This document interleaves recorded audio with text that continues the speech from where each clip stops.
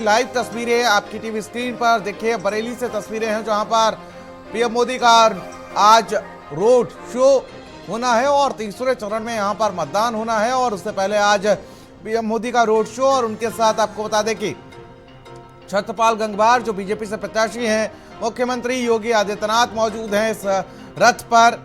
देखिए जरा तस्वीरें देखिए, मुख्यमंत्री योगी आदित्यनाथ, पीएम मोदी और साथ ही साथ आपको बता दें कि जो बीजेपी से प्रत्याशी हैं छत्रपाल गंगवार, वो भी उनके साथ रथ पर मौजूद नजर आ रहे हैं। और ये रोड शो कहां कहां जाएगा वो भी आपको बता देते हैं। बांके बिहारी मंदिर से आगे बढ़ता हुआ ये रोड शो देखिए जरा, आपको बता दें कि मुख्यमंत्री योगी आदित्यनाथ देखिए इस रोड शो में मौजूद हैं। प्रधानमंत्री मोदी का ये रोड शो, बरेली की जनता उनका स्वागत करती हुई नजर आ रही है। बरेली में देखिए किस तरीके से भारी संख्या में पीएम मोदी की एक झलक पाने के लिए लोग सड़कों पर उमड़ते हुए नजर आए।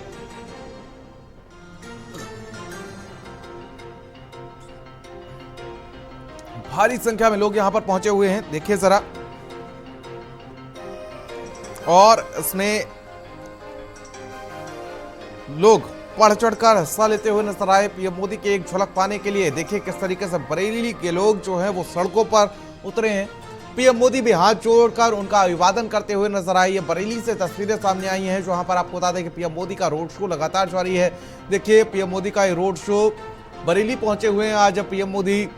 मुख्यमंत्री योगी आदित्यनाथ उनके साथ मौजूद हैं।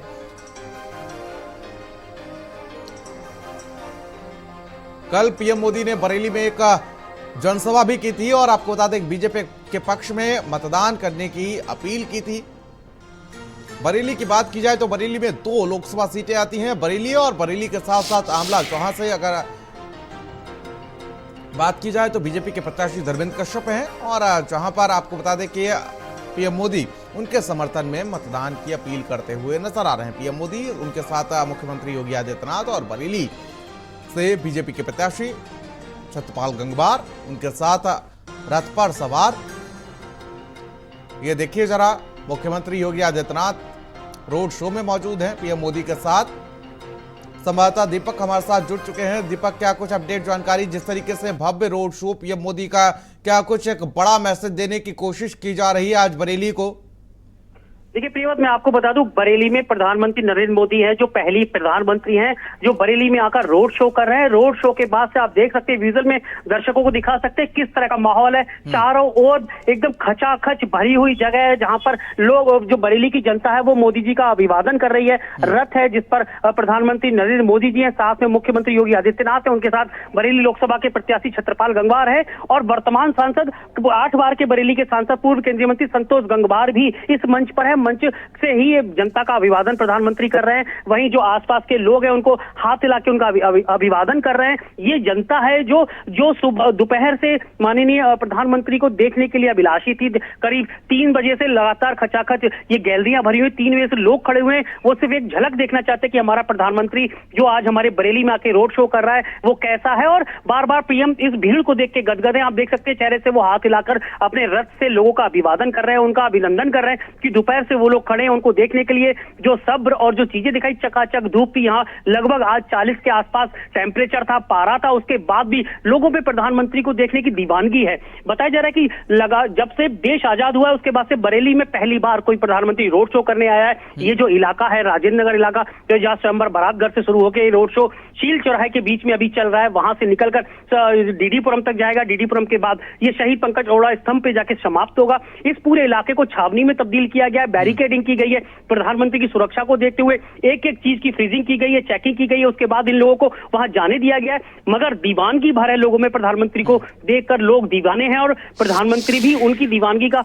अभिवादन कर रहे हैं। बार बार हाथ हिला के लोगों को एक मैसेज देने की कोशिश कर रहे हैं कि जिससे कि जो लोग हैं, जो बरेली का माहौल है, जो बरेली लोकसभा प्रत्याशी हैं, ये जो अभिवादन है उनके लिए कि वोटों की लगातार वोट देकर इनको लोकसभा भेजने का काम किया जाए। बीजेपी जिस तरह से हर एक लोकसभा में जाकर माहौल बना रही है, लगातार रोड शो हो रहे हैं, लगातार जनसभाएं हो रही हैं, ये वोट में तब्दील हो और वोट के माध्यम से ही ये जो लोकसभा प्रत्याशी है छत्रपाल गंगवार ये चुनकर लोकसभा जाने का काम करे। जी देखिए, अगर बात की जाए तो इस बार एक बड़ा परिवर्तन बरेली की जनता ने, बरेली के वोटर्स ने देखा है। बीजेपी के नजरिए देखा जाए तो 8 बार के सांसद और पूर्व केंद्रीय मंत्री संतोष गंगवार का टिकट काट दिया जाता है और उसके बाद छत्रपाल गंगवार को प्रत्याशी बनाया जाता है। कितनी आसान राहें होती हैं, कितनी मुश्किल राहें होंगी छत्रपाल गंगवार की?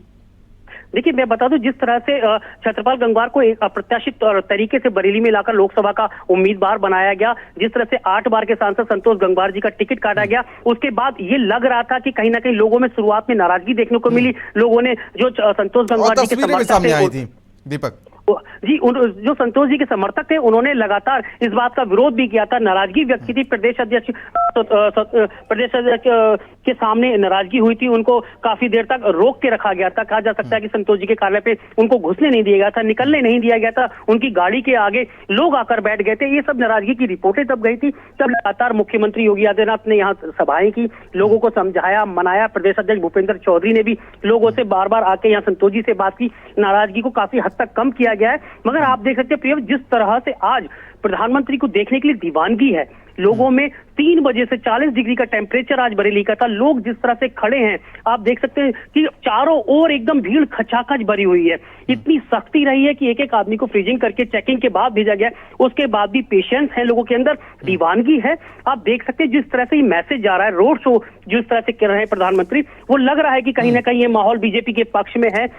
और साथ ही साथ अगर जातीय समीकरण की बात की जाए बरेली की, तो कहीं ना कहीं जो गंगवार जाति है, गंगवार जो है वो एक अच्छे खासे आंकड़े के साथ वहां पर आते हैं, वो भी कहीं ना कहीं बीजेपी के पक्ष में जाते हुए नजर आ रहे हैं। देखिए, जो कुर्मी बिरादरी से जहां संतोष गंगवार ताल्लुक रखते हैं, उसी बिरादरी से छत्रपाल गंगवार ताल्लुक रखते हैं। छत्रपाल गंगवार भी संघ की पृष्ठभूमि के हैं।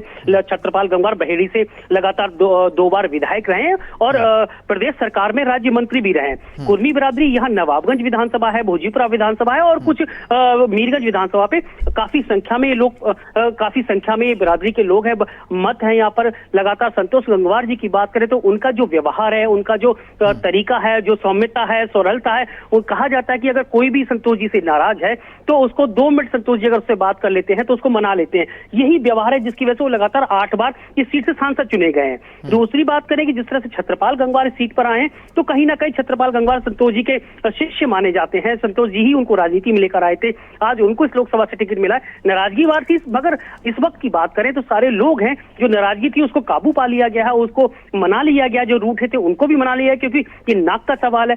भाजपाई जो लोग हैं उनका कहना है कि जो नाराज लोग थे उनका भी कहना है कि भाजपा को मजबूत करना है, एक बार मोदी जी के हाथ को मजबूत करना है। जो 400 पार का नारा दिया है भाजपा ने, उस तक लोगों को पहुंचाना है, यहां से सीट जिता के भेजना है। तो ये सारी चीजें हैं जो इन सब चीजों पे कहीं बानगी नहीं दिख रही है, कहीं नाराजगी नहीं दिख रही है। मगर जो आज पीएम का रोड शो है उसको लेकर जो और यहाँ से आंवला जो दूसरी सीट है बरेली की, उसको भी साधने की कोशिश की जा रही है कहीं ना कहीं। देखिए, आंवला से तीसरी बार प्रत्याशी बनाए गए धर्मेंद्र कश्यप। इससे पहले 2 बार वो जीत के जा चुके हैं। इस बार फिर से पार्टी ने एक बार भरोसा जताया है। कल ही प्रधानमंत्री नरेंद्र मोदी ने आंवला और बदायूं जो क्षेत्रीय अध्यक्ष है दुर्वेजय सिंह साह के, उनको लेकर एक कंबाइंड रैली की थी।